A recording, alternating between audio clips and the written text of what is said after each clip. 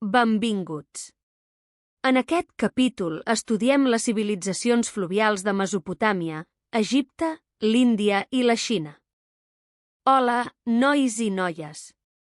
Avui viatjarem en el temps per descobrir les primeres grans civilitzacions. Durant l'edat dels metalls, les ciutats van començar a créixer molt. De ser petites i independents, algunes es van fer tan grans que van crear extensos imperis. Aquestes civilitzacions tan importants van aparèixer fa uns 5.000 anys. Per què eren fluvials? Doncs perquè van sorgir a la vora de grans rius.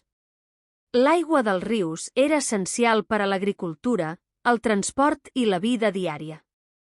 La primera que coneixerem és Mesopotàmia, que significa terra entre dos rius.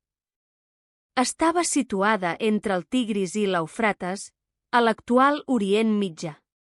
Aquí van néixer les primeres ciutats-estat i algunes de les invencions més importants de la humanitat.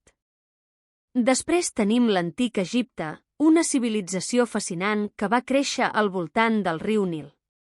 El Nil era la vida d'Egipte, amb les seves crescudes anuals que feien la terra fèrtil i permetien una agricultura pròspera. A l'Àsia, a la vora del riu Indus, es va desenvolupar una altra gran civilització, l'antiga Índia.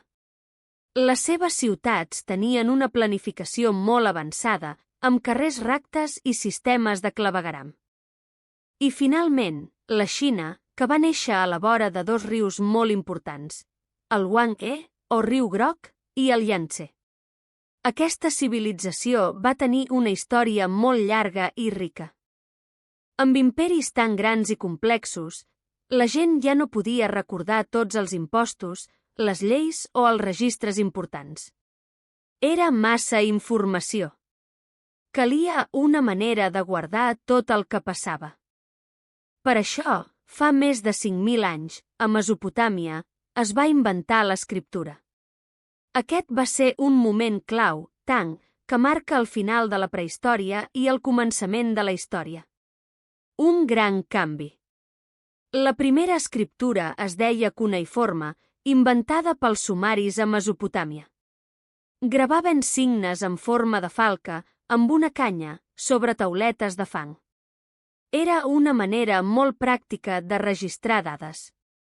A Egipte van desenvolupar els jeroglífics. Aquests eren dibuixos que representaven objectes o sons. Els trobem en papirs i també gravats a les parets dels temples i les tombes. Aquestes civilitzacions tenien un poder polític molt fort.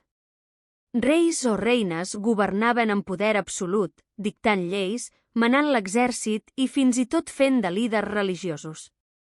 Tenien molts funcionaris i un gran exèrcit per ajudar-los.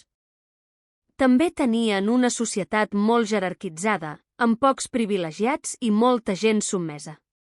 I per demostrar el poder del governant, construïen obres gegants, palaus, temples i tombes monumentals. Impressionant, oi?